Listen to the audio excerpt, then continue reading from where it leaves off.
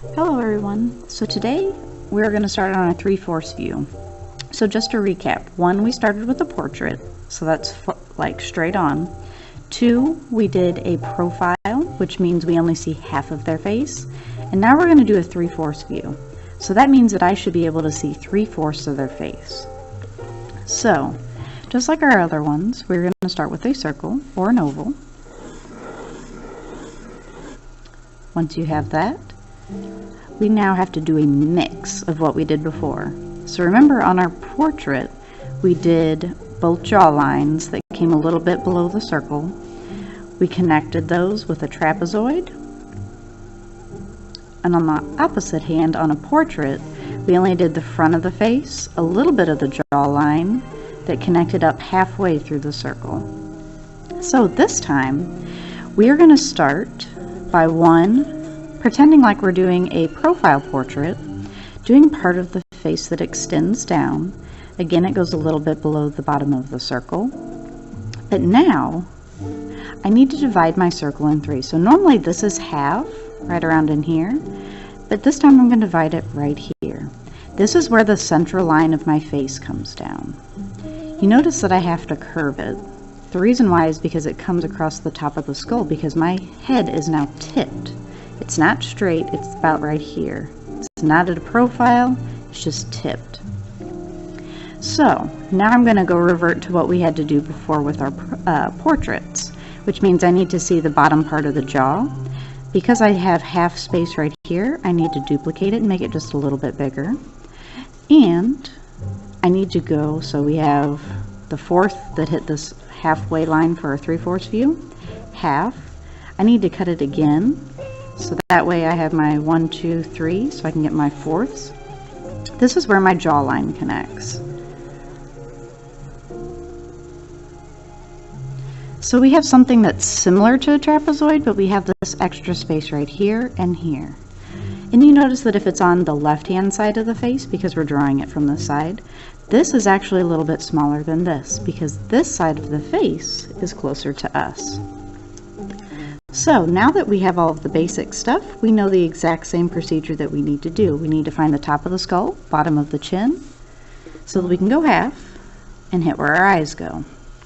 Again, I have to curve it because now my face is turned.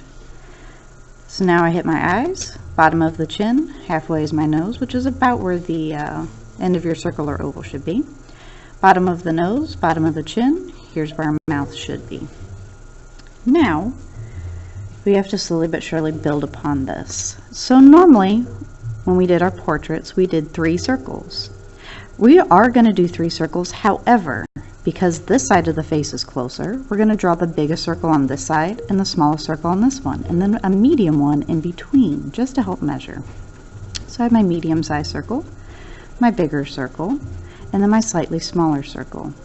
This one is going to be more of an oval than a circle. Okay? I put my circle for my nose. It actually extends a little bit down further past this line just because of the curve of the face. And then if you want to do the small circle for the lip, you may. And again, it needs to be on that left-hand side of that line. Perfect. Now that you have that, and you know approximately where the eyebrows go, we can mark our eyebrow line wherever the jawline ends. And then right here at the bottom of our nose line, that's where the bottom of the ear is. Do the bottom lobe, and now we can get started on the eyes. So when we did our portraits, we just did a curve straight across. We're going to get very close to that, but it's going to be a little bit more angled. So it's going to be right in between a profile and a portrait. So I'm not doing that really sharp angle. I'm going to slightly slant it up and then drag it down. Do my tear duct and then the bottom lid.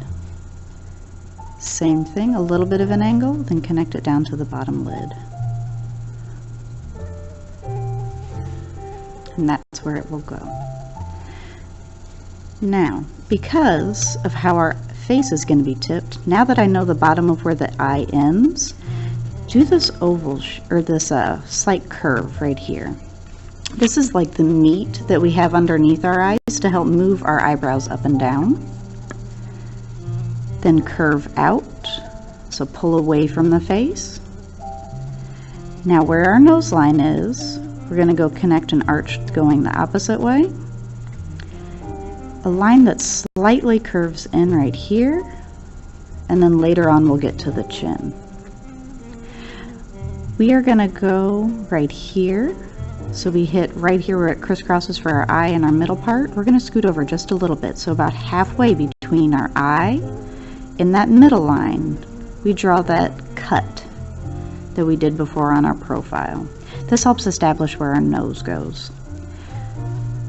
Perfect. I'm going to start putting in my eye. Remember, we don't see the whole entire eye itself. We just see part, but we do see all of the pupil. I have my eyebrows. Those go approximately where this eyebrow line is, above the top of our circle. Hit my 45-degree angle and I know where my eyebrow curves.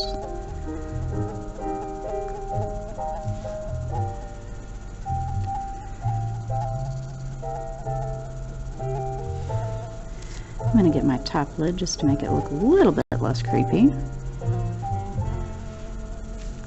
Okay. So I hit that 45-degree, and that's how I figure out where my eyebrow starts. Perfect. Now we're going to go trace the bottom of the circle that we had before.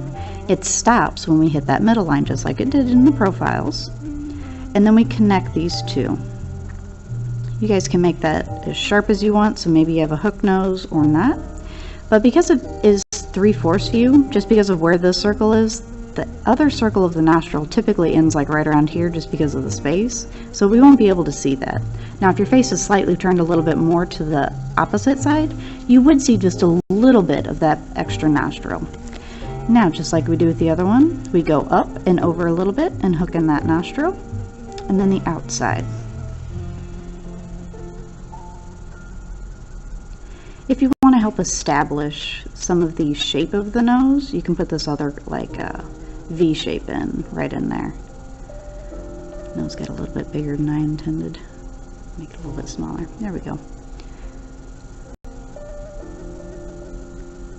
So again, connect off that V shape, connect down to the bottom of the circle, go up and over a little bit, put in our nostril, and then the side.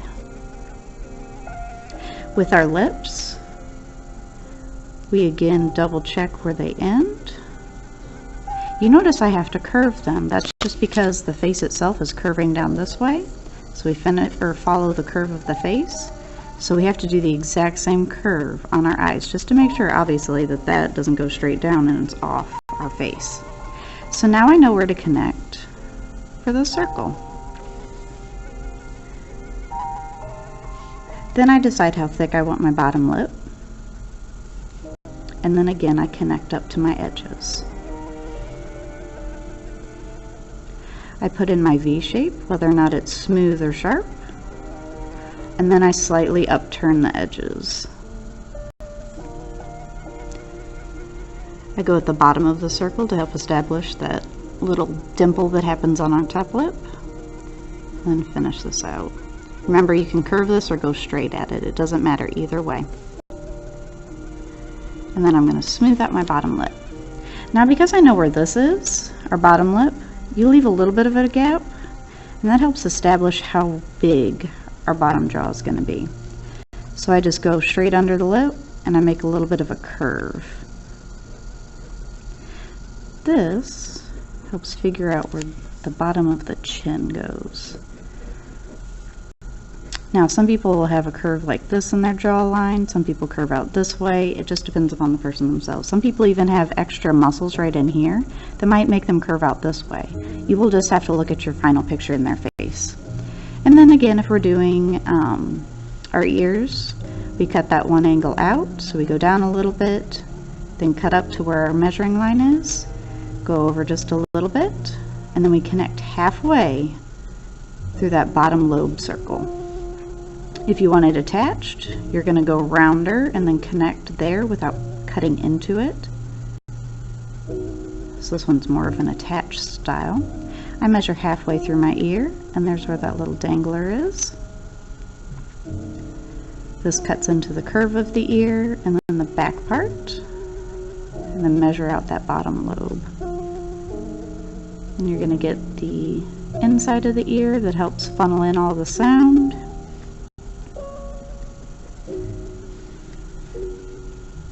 If you want to start on your neck, that will connect about halfway through your circle for that bottom lobe.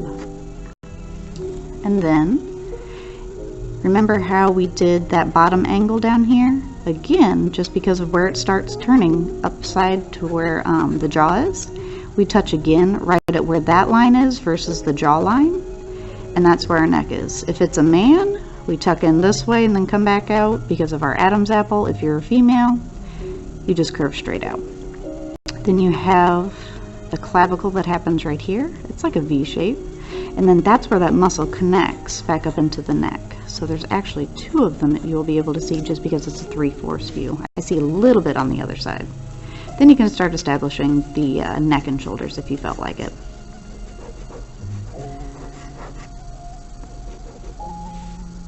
Now again, for the hairline, we go halfway from the eyes to the top of the skull.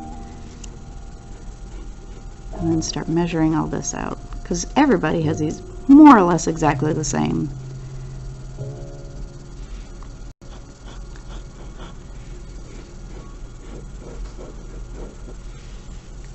Okay, and then I start doing my hair because I want to make it look like me.